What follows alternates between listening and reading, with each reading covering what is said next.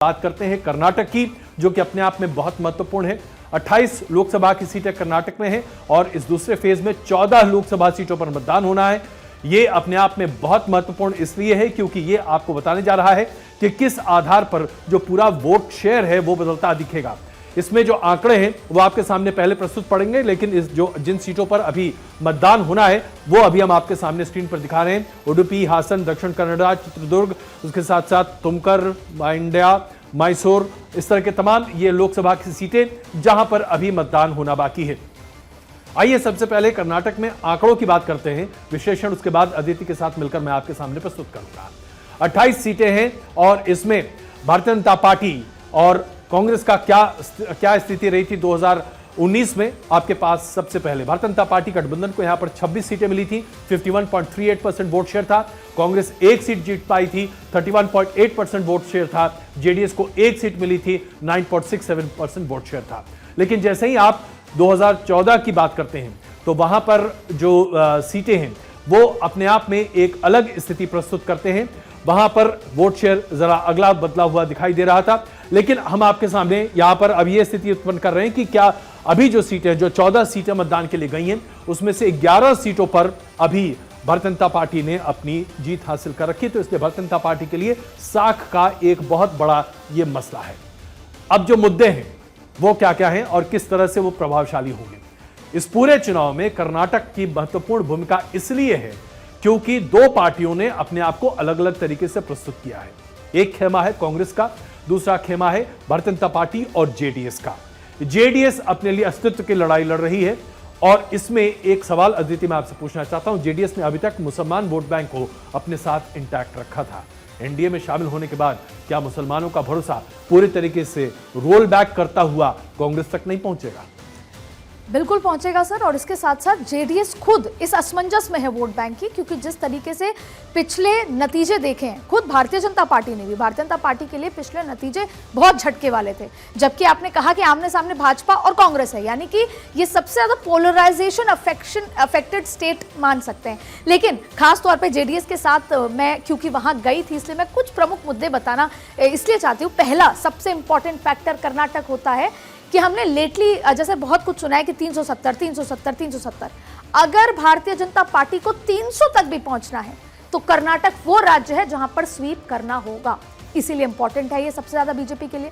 दूसरी बात है, ये वो सदर्न स्टेट है जहां पे भारतीय जनता पार्टी थोड़ा ईज मानती है और खो नहीं सकती। फिर अगर एक एक लाइन में बात करें, बीएल संतोष।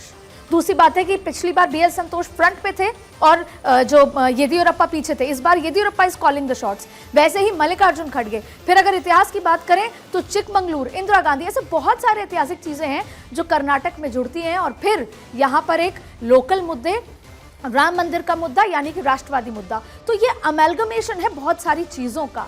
इसीलिए सर जेडीएस के अस्तित्व की लड़ाई है, येदियुरप्पा के लिए भी अस्तित्व की लड़ाई है। कर्नाटक राज्य बहुत सारी चीजें डिसाइड करता है, चाहे वो कांग्रेस के लिए हो, इंडिविजुअल नेता के लिए हो। और सबसे और आखिरी मुद्दा, 2.5 साल का जो पैक्ट है कांग्रेस के अंदर, एक राज्य है जहां पर अभी खींचतान नहीं है पिछले 2 साल से।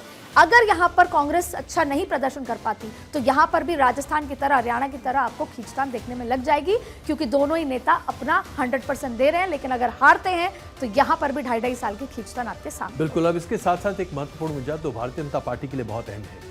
कर्नाटक भारतीय जनता पार्टी के लिए दक्षिण भारत का गेटवे के तौर पर रहा और कर्नाटक में भारतीय जनता पार्टी के संस्थान, उसके साथ साथ प्रचार प्रसार और संघ परिवार की पैठ भी हमेशा बहुत जबरदस्त रही।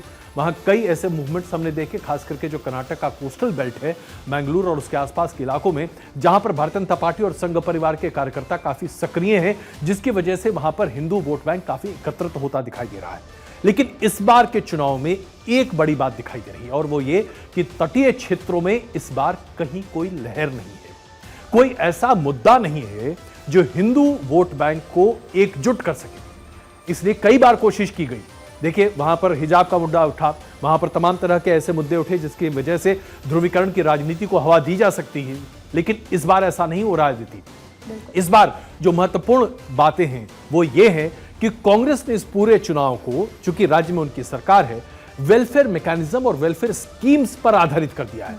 जैसे कि गृह लक्ष्मी योजना, अन्य भाग योजना, राज्य भर में महिलाओं के लिए मुफ्त बस यात्रा, परिवार की प्रमुख जो मुखिया महिला हैं उनको 2,000 रुपए देना, मुफ्त चावल, तमाम तरह की इस तरह की योजनाएं हैं जो कि सिद्धरामैया की सरकार दे रही है। और कहा जा रहा है कि सिद्धरामैया इज बेटर और मोदी इज बेटर।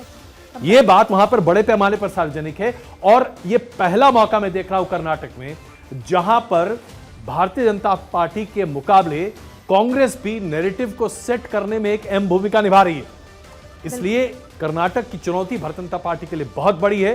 अब देखना होगा कि कर्नाटक की इस चुनौती से किस तरीके से भारतीय जनता पार्टी निपटती है।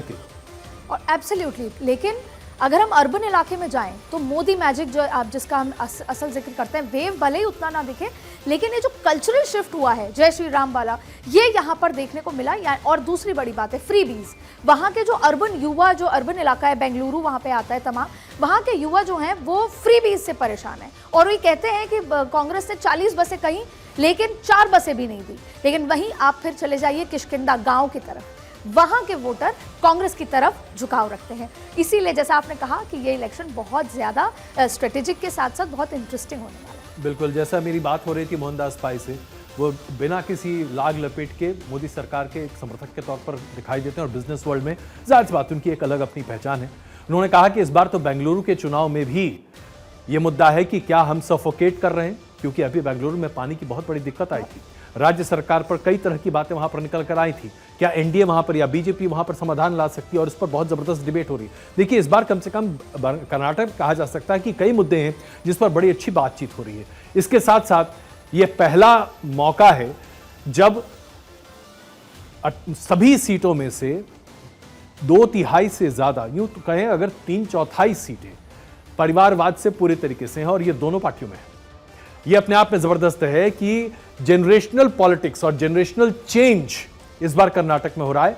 और ये आरोप कोई एक दल दूसरे दल पर नहीं लगा पाएगा, ये बात तो एकदम तय मानी जा रही है। अदिति।